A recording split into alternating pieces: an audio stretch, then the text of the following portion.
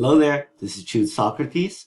Welcome to today's video where we will talk about completing the square in integrals.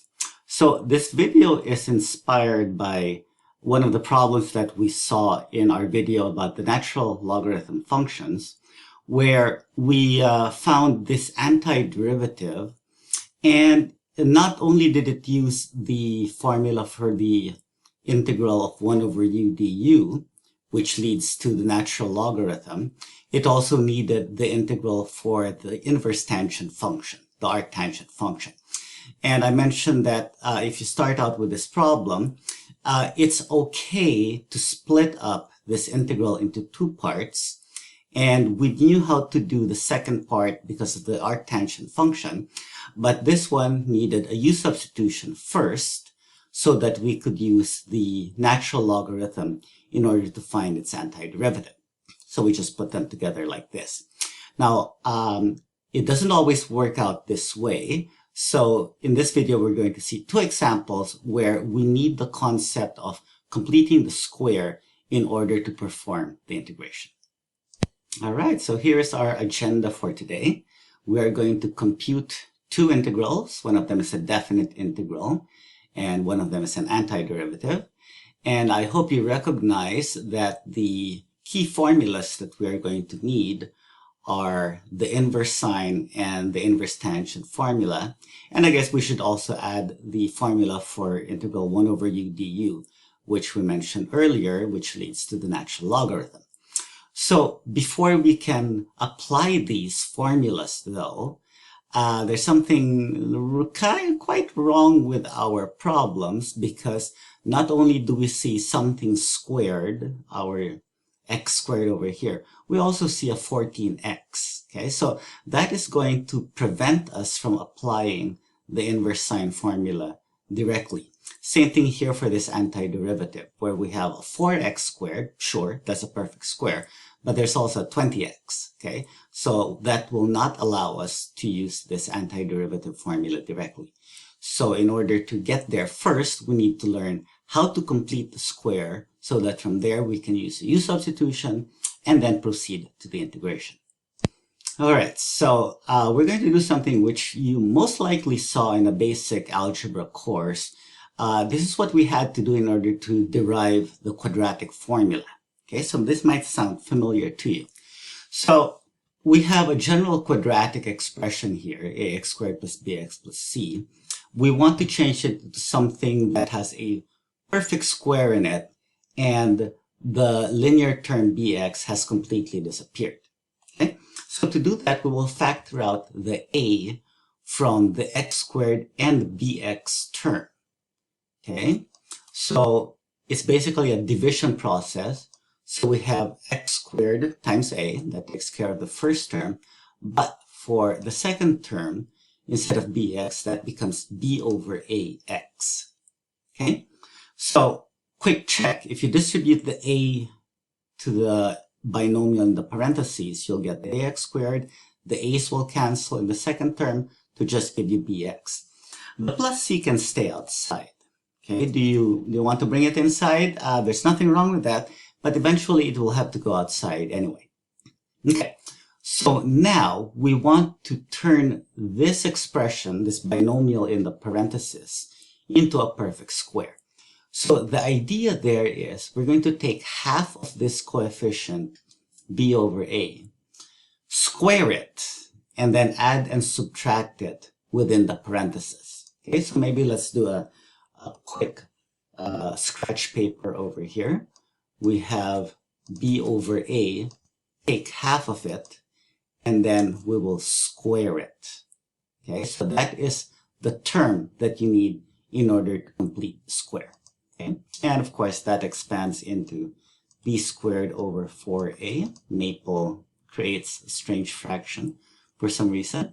And that is what we will add and subtract within the parentheses. Okay, so let's make a copy there. We're going to add this term and then subtract it right away. Okay, so we have basically just added 0 here. So this expression is exactly the same as this expression. Okay, So the point here is that the first three terms now form a perfect square. Okay? So what we're going to do is we're going to isolate those first three terms, and then we will distribute the a to the fourth term. Okay? So we're going to take this out, and we will move it out, but when you multiply by a, the a squared becomes simply an a. Okay? So this now becomes a perfect square, and just for emphasis, we will write it as x plus b over 2a quantity squared. Okay, so quick check. When you square this binomial, you will get x squared for the first term. Multiply the two terms together, so b over 2ax, but double it. Remember, there's a times 2. So the 2 there goes away. And then the third term, square b over 2a, we're going to get b squared over 4a squared. Okay, so x by itself, this term over here, bx, is now gone. But we still have the x squared hanging around because x is in there, something squared. Okay, so when we do our substitution, we will get something like a u squared plus something. Okay, so these two terms can combine into a single constant, and then we can go ahead and try to perform the integration with that u substitution. All right, so here is our first integral. Okay, we are going to first complete the square in our denominator. Okay, so let's copy the radicand, and then how about first let us rearrange the terms. Okay, so we'll put the minus x squared first, and then plus, minus x squared, and then plus 14x. That worked out well, plus 14x minus 24. Okay, so remember, the first step in completing the square is to factor out the coefficient of our x squared. Okay, factor it out, so it's just a minus 1. Minus goes out, but the plus 14x becomes a minus 14x. Okay, so that part is very important. If you have a plus 14x there, yeah, you just messed yourself up. Okay, so the next step, remember, take half of this and then square it.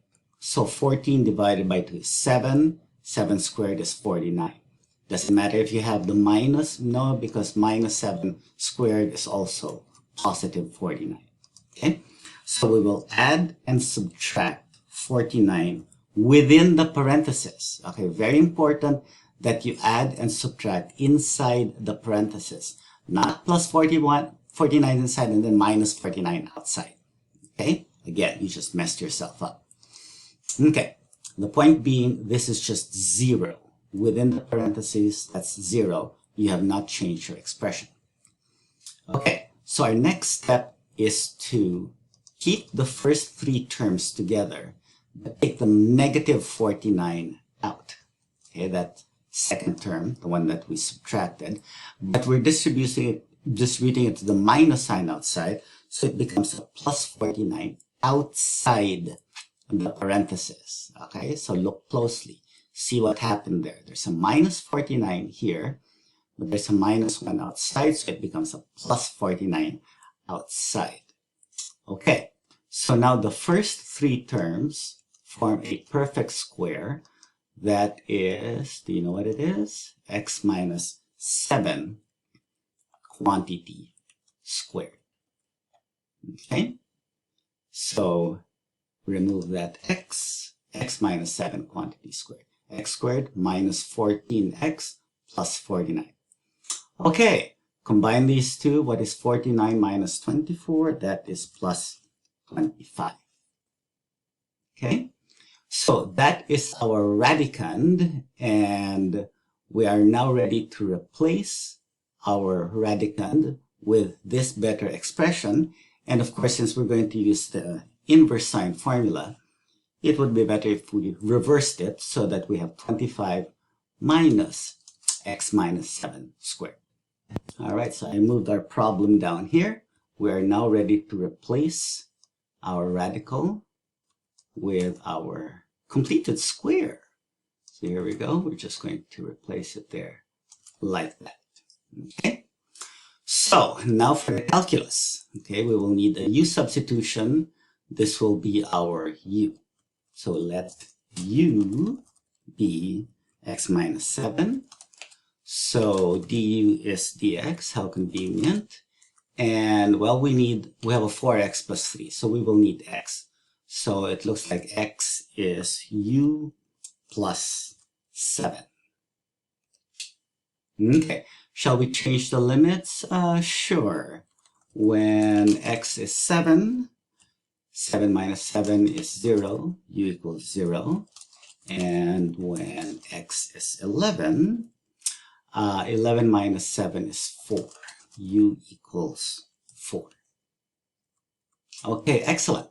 So we're ready for the next step. We will transform this definite integral into an equivalent one involving the u. All right, so 7 becomes 0. 11 becomes 4. 4x plus 3. X is u plus 7.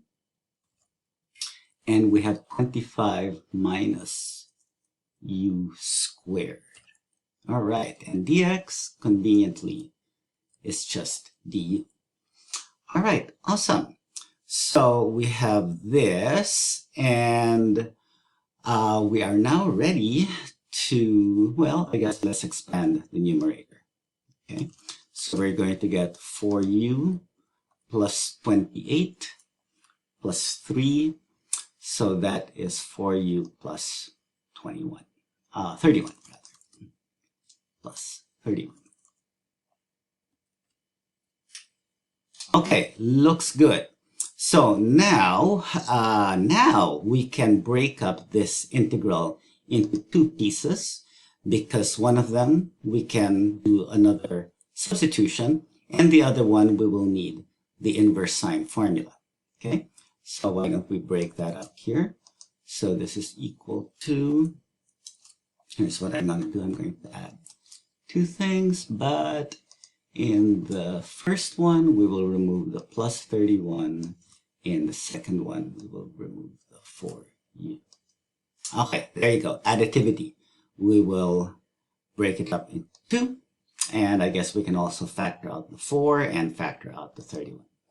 Okay, so for the first integral, we will have another substitution. So let v be 25 minus u squared, because when we do that, dv will be negative 2u du. Okay, so we have a 4u du. That's good. So I guess 2u du will be negative dv. And if you want 4u du will be negative 2 dv, multiplying both sides by 2. Okay, so we can take care of our first integral. This will be 4u du will become negative 2 dv. So let's do minus 2 dv. And square root of 25 minus u squared is just our square root of v. And since we have v in the denominator with a square root, you know what? Let's write it as v to the minus 1/2. Okay, and we can get rid of that fraction now. Negative 2v to the negative 1/2. Okay, oops, shall we change our limits? When u is 0, v will be 25. And when u is 4, 25 minus 16 is 9. Okay, so that's interesting. We appear to be going backwards from 25 to 9. In the natural order, it's usually 9 to 25, but there's a minus sign there. Okay, so if this order makes you uncomfortable, I don't blame you.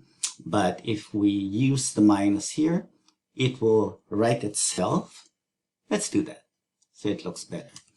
It will write itself to 9 to 25, but we paid for it with the negative. So we only have the positive 2 v to the minus 1/2 dv. Okay, we're now ready to apply the power rule. So that is 2v to the power, okay, negative 1/2 plus 1 is positive 1/2 divided by 1/2. So that's multiplied by another 2. Okay, so all in all, that's going to be a 4. Okay, quick check. What is the derivative of 4v to the 1/2? Drop the 1/2. 4 times 1/2 gives you 2. 1/2 minus 1 is negative 1/2. So that is the correct antiderivative. We're evaluating from 9 to 25. Okay. So there you go. V to the 1/2 at 25, that gives you 5. 4 times 5 is 20.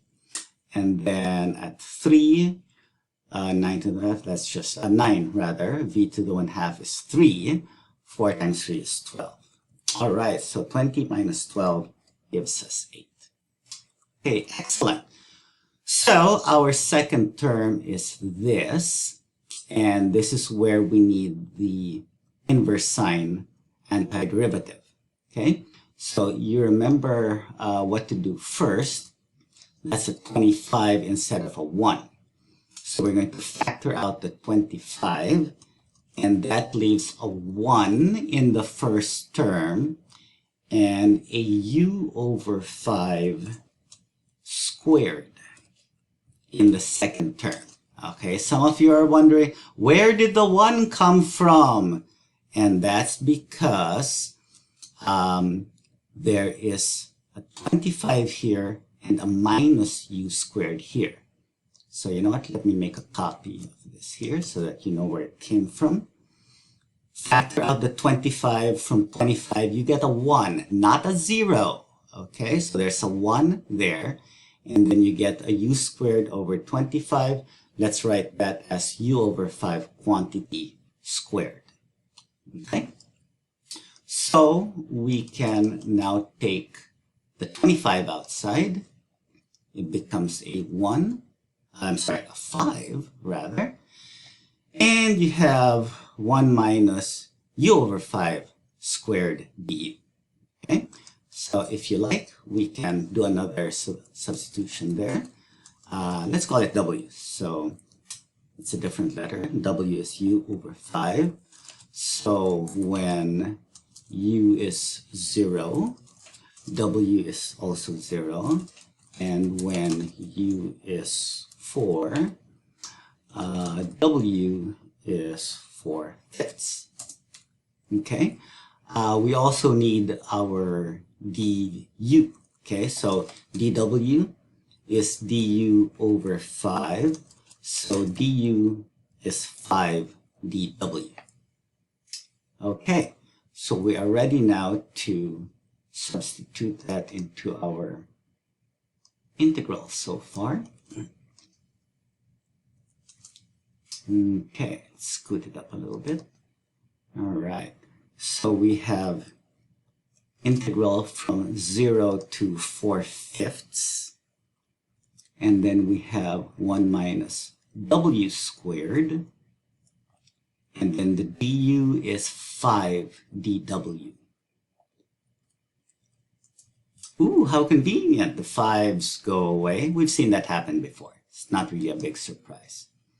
Okay, so we can cancel the 5s. Very neat. And we are ready to apply the antiderivative formula. There's just a 31 outside, so we can write it as 31. Whoops, I need an equal sign. 31 arcsine of w evaluated from 0 to 4/5. Okay, so that's nice. Arcsine of 0 we know is 0, so our final answer is simply 31 arcsine of 4/5. Okay, so we are ready now. We have our two, so where is it? Oh, let's go back to our original problem then.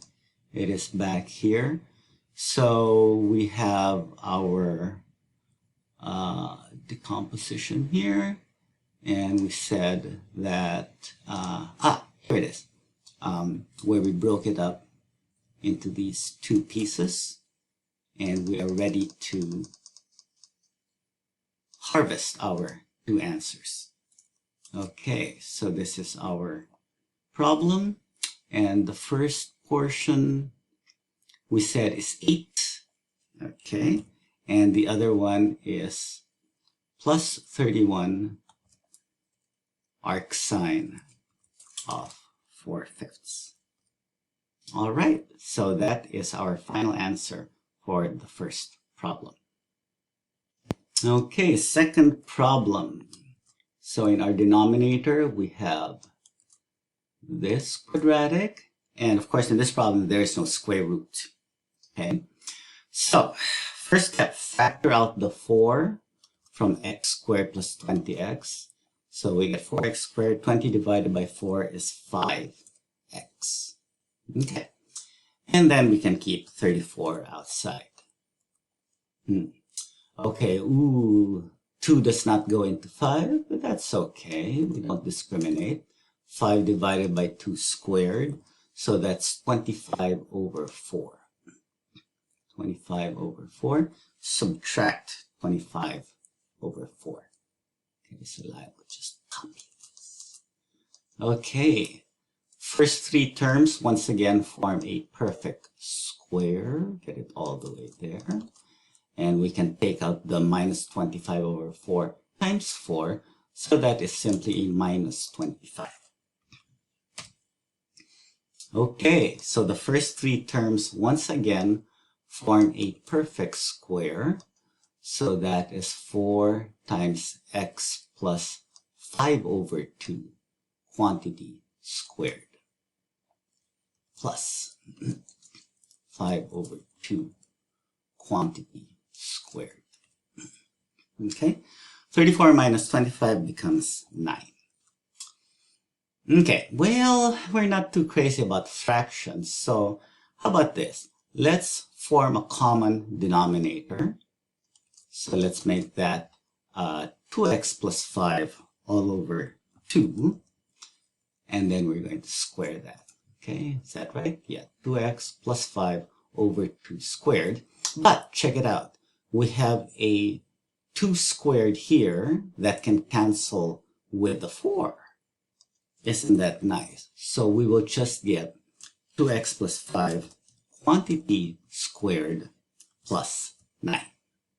All right. So we have something like something squared plus 9. Okay. So we saw that that is a denominator that can lead to the arctangent formula being applied. Okay. So we are ready now to plug that into our problem. Okay, so this is just replace the denominator with 2x plus 5 quantity squared plus 9. Okay, cool. So now we see our u substitution. Let u be 2x plus 5. So du is 2dx. Okay, and we have a 7x minus 8, so we need to solve for x. U minus 5 is 2x, so x is 1/2 of u minus 5. So let's do that, u minus 5, all over 2. Okay, so plug that all in, and we get 7x, 7 times u minus 5 over 2. dx is, we did not complete this. It's okay. dx is 1/2 du. So du, and then let's put the 1/2 here. Okay, and then 2x plus 5 squared. That's what started it all. This is our u squared plus 9. Okay, so let's see. Let's clean up the numerator a little bit. We get 7u minus 35, and we have a minus 8 there. Let's put it all together with a 2 in the denominator. So you have 7u minus 35 for the first term, and minus 8 times u is minus 16. Okay, and we now have a 1/2 here and another 1/2. They don't cancel, they multiply. So we can take out the 1/2, and that is going to be a 1/4. And this 2 is now gone, so we are left with this numerator. Minus 35 minus 16 minus 51.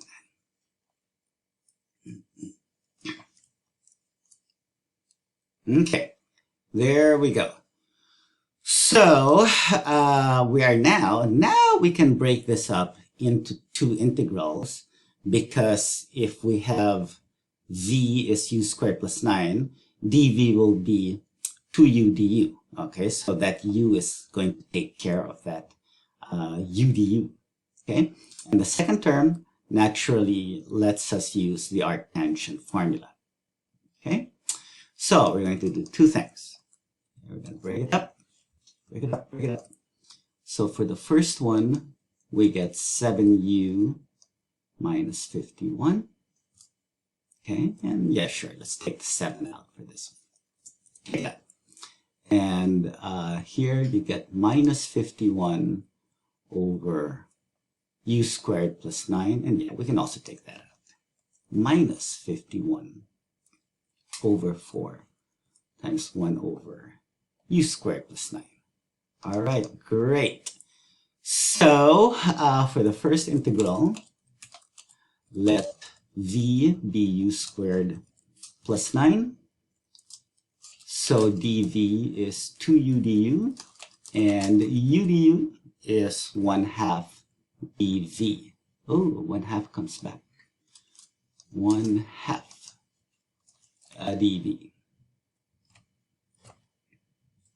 Okay. And for the second, well, you know what? Let's take care of the first one. So we have 7/4 integral u over u squared plus 9. So the u du becomes 1/2 dv. Okay, so I'll pick this and get rid of the u. And then the u squared plus 9 is just our v. Okay, so the 1/2 can join the 7/4. That will be a 7 over 8. And we get 1 over v dv, so that is the ln of the absolute value of v. But wait a minute, v is u squared plus 9. Can that be negative? Ooh, how convenient. We don't need the absolute values, so that is just u squared plus 9. So there should be an abs here, but that is always positive. Okay, so we are now ready to bring back our u. U is 2x plus 5. Okay, so we have 2x plus 5. Too many equals. 2x plus 5 quantity squared plus 9. Does that look familiar? Yeah, that's 2x plus 5 quantity squared plus 9, but that's this from our original problem. So it's actually nice to see in the answer bits and pieces of the original function that we are integrating. So let's go back to 4x squared plus 20x plus 34. Okay, the second one though, and we have a minus there, we have 1 over u squared plus 9, but again, we have to take out the 9 before we can apply the arctangent formula. Okay, so let us write it as, let's switch terms. Okay, so 1 plus,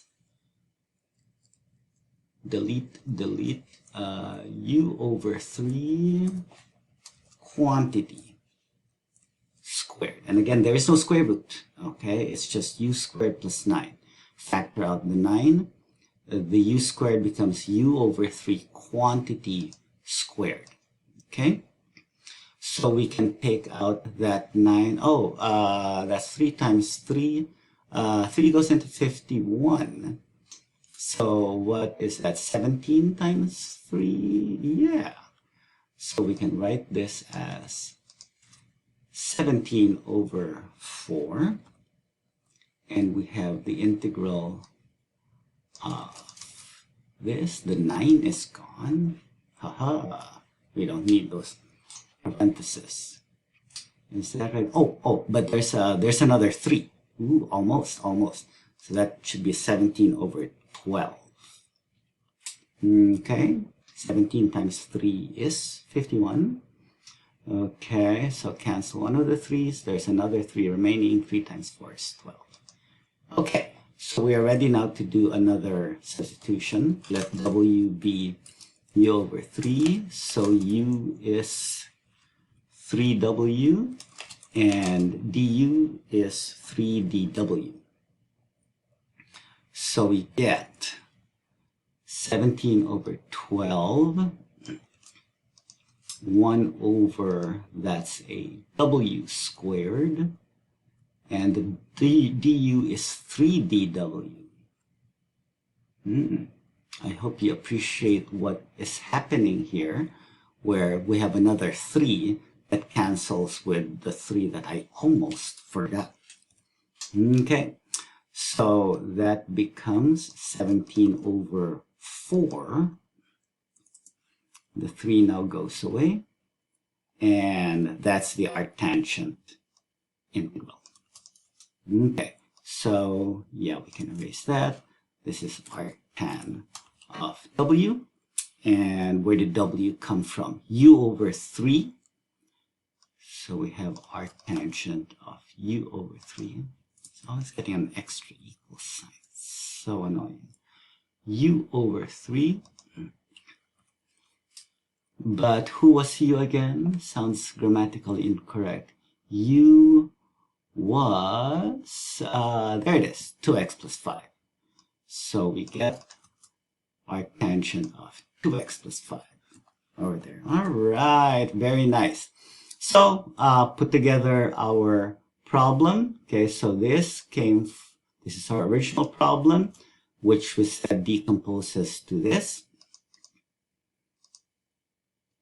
Summary, why not? Okay, this became this. All right, and we said that the first term is this one. This one, 7 over 8, 4x squared, and so on. And then we have a minus the 51 over 4, which we accounted for, and became this. All right, so let's scoot it down to the next slide. So this minus this. Okay, so that is our final antiderivative. Okay, so I hope you enjoyed that video. I hope it's useful. There are many integrals that we're going to see in the near future where there's an x term that should not be there. So we're going to need completing the square again very, very soon. All right, so until the next video, I will see you soon, and I hope that you enjoy the rest of your day. Bye.